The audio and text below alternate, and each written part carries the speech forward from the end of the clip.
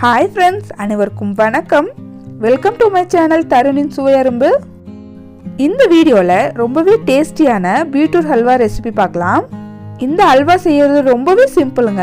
ஆனால் டேஸ்ட் பார்த்தீங்கன்னா அட்டகாசமாக இருக்கும். ஒரு 10 மினிட்ஸ் இருந்தாவே போதும், ஈஸியாக ப்ரிப்பேர் பண்ணிடலாம். இது எப்படி செய்யலாம்னு வீடியோக்குள்ளே போய் பார்க்கலாம். வீடியோக்குள்ளே போகிறதுக்கு முன்னாடி என்னோட சேனலை சப்ஸ்கிரைப் பண்ணாதவங்க சப்ஸ்கிரைப் பண்ணிக்கோங்க. கூடவே இருக்கிற பெல் ஐக்கானையும் கிளிக் பண்ணிக்கோங்க. வாங்க ஃப்ரெண்ட்ஸ், வீடியோக்குள்ளே போகலாம்.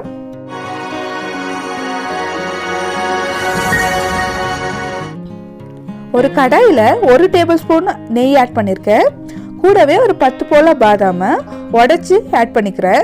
ரெண்டையும் சேர்த்து நல்லா வறுத்துக்கலாம், கோல்டன் ப்ரௌன் ஆகிறது வரைக்கும். கோல்டன் ப்ரௌன் ஆனதுக்கப்புறம் பாதாமை ஒரு பிளேட்டில் ட்ரான்ஸ்ஃபர் பண்ணிக்கலாம்.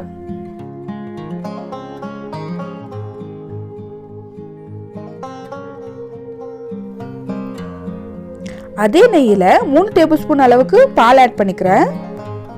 பால் ஆட் பண்ணதுக்கு அப்புறமா 3 டேபிள் ஸ்பூன் பால் பவுடர் ஆட் பண்ணிக்கலாம்.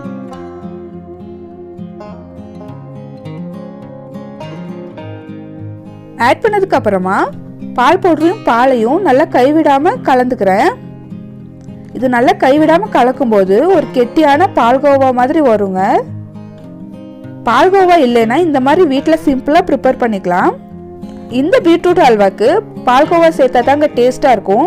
பட் பால்கோவா கடையில் போய் வாங்க முடியாத சமயத்தில் இந்த மாதிரி வீட்டில் சிம்பிளாக ப்ரிப்பேர் பண்ணிக்கலாம்.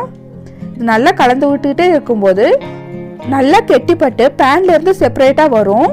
இந்த அளவுக்கு செப்பரேட்டாக வந்ததுக்கப்புறம் அது ஒரு பவுலில் ட்ரான்ஸ்ஃபர் பண்ணி வச்சுக்கலாம். அதே கடாயில் 1.5 கப் அளவுக்கு பீட்ரூட் ஆட் பண்ணிக்கிறேன். பீட்ரூட்டை தோல் சீவிட்டு துருவி ஆட் பண்ணிக்கலாம். பீட்ரூட் ஆட் பண்ணதுக்கு அப்புறமா 1/2 கப் அளவுக்கு பால் ஆட் பண்ணிக்கிறேன். பால் ஆட் பண்ணதும் 1/2 கப் அளவுக்கு தண்ணி ஆட் பண்ணிக்கிறேன்.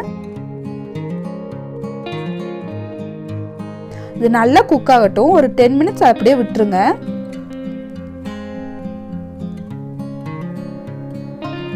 தண்ணியெல்லாம் நல்லா வத்துனதுக்கு அப்புறமா 1/2 கப் அளவுக்கு சுகர் ஆட் பண்ணிக்கலாம்.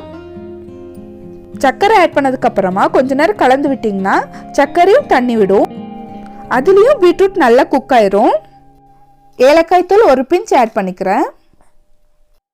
நெய்யில் வறுத்த பாதாம் ஆட் பண்ணிக்கிறேன். நம்ம இன்ஸ்டண்ட்டாக ரெடி பண்ணி வச்ச பால்கோவாயும் இது கூட ஆட் பண்ணிக்கலாம்.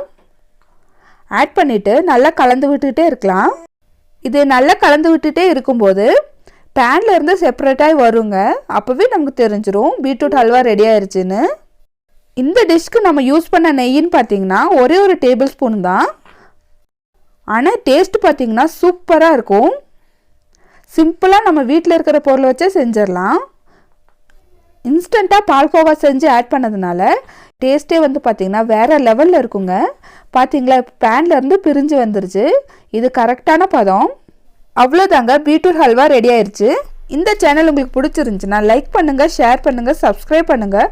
கூடவே இருக்கிற பெல் ஐக்கானும் கிளிக் பண்ணிக்கோங்க. நான் எப்பப்போ வீடியோ போடுறேனோ அப்போல்லாம் உங்களுக்கு நோட்டிஃபிகேஷன் வரும். தேங்க்ஸ் ஃபார் வாட்சிங்.